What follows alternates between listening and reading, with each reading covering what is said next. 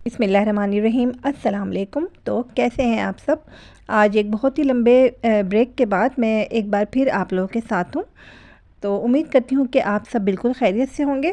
और आज मैं आप लोगों के साथ बेसन से बनने वाली एक बहुत ही मज़ेदार रेसिपी शेयर करूँगी जिसका नाम है खंडवियाँ। मेरी फैमिली में इस डिश को खंडवियों का सालन ही कहते हैं और दूसरी फैमिलीज़ में क्या कहा जाता है ये मुझे नहीं पता।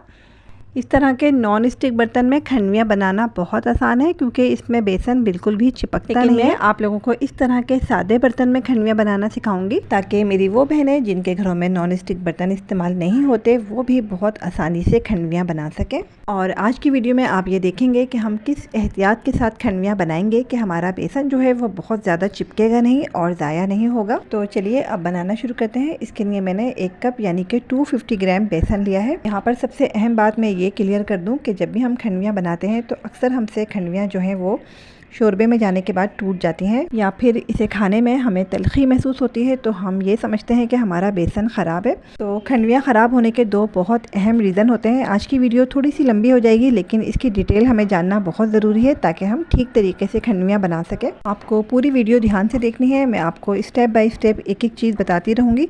तो यहाँ पर बेसन को हमने छान लिया है और अब हम इसमें कुछ मसाले ऐड करेंगे।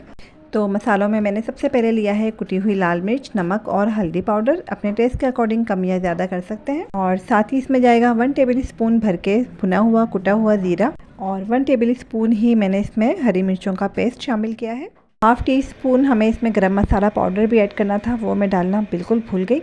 तो आप जब भी बनाएं तो गरम मसाला पाउडर भी इसमें ऐड कीजिएगा। और अब इन सबको अच्छे से मिक्स करने के बाद हमें इसमें पानी शामिल करना है और यही वो सबसे ज़्यादा अहम स्टेप है जहाँ पे हम गलती करते हैं। खंडवियाँ बनाने के लिए हमें पानी और बेसन की सही मेजरमेंट का पता होना बहुत ज़रूरी है। तो सबसे पहली चीज़ बहुत ध्यान से समझ लीजिए कि अगर पानी इसमें ज़्यादा हो जाएगा तो खंडवियाँ जमेंगी नहीं और अगर इसमें पानी कम रह जाएगा तो बेसन बहुत ही कम टाइम में पक के जमने लगेगा और इसका फ्लेवर जो है उसमें तलखी आ जाएगी जिसकी वजह से ये बिल्कुल भी खाने के काबिल नहीं रहेगा और शोरबे में जाते ही ये बिल्कुल बिखर जाएगा, यानी कि आपकी सारी मेहनत बिल्कुल ज़ाया हो जाएगी। तो खंडवियाँ बनाने के लिए पानी और बेसन की सही मेजरमेंट ये है कि अगर हमने 1 कप बेसन लिया है तो पानी हमें 2 कप लेना है, यानी कि जितना हम बेसन लेंगे उससे डबल क्वांटिटी में हम इसमें पानी शामिल करेंगे। तो यहाँ पर मैंने 1 कप बेसन के लिए 2 कप पानी का इस्तेमाल किया है। अभी मैंने 1 कप पानी शामिल किया है। थोड़ा थोड़ा करके हमें इसमें पानी डालना है ताकि इसमें गुठलियाँ ना बने। और अच्छी तरह से मिक्स करने के बाद मैं दूसरा कप भी इसमें पानी का ऐड कर रही हूँ और इसको भी हम बहुत अच्छे से मिक्स करेंगे। और अब हम इसमें एक मीडियम साइज़ की फ़ाइन चॉप की हुई प्याज शामिल करेंगे और प्याज इसमें बिल्कुल ऑप्शनल है, अगर आपको नहीं पसंद तो आप नहीं डालें। तो फ्रेंड्स, इस तरह के जो हैंड बीटर हम सबके घरों में मौजूद होते हैं, इससे खंडवियाँ बनाने में बहुत ज़्यादा हेल्प मिलती है। तो मैं यहाँ पर चम्मच का इस्तेमाल नहीं करूँगी। गैस के फ्लेम को मैंने ऑन कर दिया है और अब हमें इसे मुस्तकिल चलाते हुए मीडियम टू लो फ्लेम पर कुक करना है। और जब हम हैंड बीटर की मदद से खंडवियाँ बनाते हैं तो इसमें हमें बहुत ज़्यादा मेहनत और टाइम भी नहीं लगता और सबसे अच्छी बात इसकी ये है कि बेसन इससे बिल्कुल भी ज़ाया नहीं होता। अच्छा, एक बहुत ही अहम चीज़ मैं अपनी बहनों के साथ शेयर करना चाहूँगी, वो ये कि हम में से अक्सर ख़वातीन जो कुकिंग एक्सपर्ट होती हैं और उनके घर में अक्सर खंडवियाँ बनती हैं और बहुत अच्छी बनती हैं, लेकिन उनसे भी अक्सर खंडवियाँ ठीक नहीं बनती और बिल्कुल ख़राब हो जाती हैं। उसका रीज़न ये होता है कि हमारे पास जो बेसन होता है उसकी क्वालिटी सही नहीं होती। अक्सर मार्केट में जो बेसन अवेलेबल होता है वो मटर के दाने से तैयार किया हुआ होता है। तो खंडवियाँ बनाने के लिए आपके पास बेसन की क्वालिटी का बहुत अच्छा होना बहुत ज़रूरी है, नहीं तो आपकी मेहनत ज़ाया हो जाएगी और आपसे कभी भी खंडवियाँ ठीक तरह से नहीं बनेंगी। तो बेसन को पकते हुए 5 मिनट हो चुके हैं। तो अब ये बिल्कुल रेडी है और इसका जो टेक्सचर है वो कुछ इस तरह का होना चाहिए। और ध्यान रहे कि एक काम हमें ये पहले से करके रखना है कि किसी फैले हुए बर्तन को हम ऑयल की मदद से ग्रीस कर लेंगे और ये काम हमें बेसन को चूल्हे पर रखने से पहले ही करना है क्योंकि बेसन जो है वो फटाफट जमने लगेगा। तो जल्दी से हम इसको निकाल लेते हैं और अब हमें इस तरह के स्पून पर हल्का सा ऑयल लगाकर इसे फटाफट सेट करना है। ये काम थोड़ा सा मुश्किल होता है लेकिन हो जाता है। और अब हम इसे ठंडा होने के लिए हवा में रख देंगे ताकि हम इसके पीसीस काट सकें। और जैसे कि मैंने बताया था कि बेसन बहुत ज़्यादा ज़ाया नहीं होगा, तो ये देखिए बहुत ही थोड़ा सा ये बेसन है, इसको भी हम मैश करके सालन की ग्रेवी में शामिल करेंगे।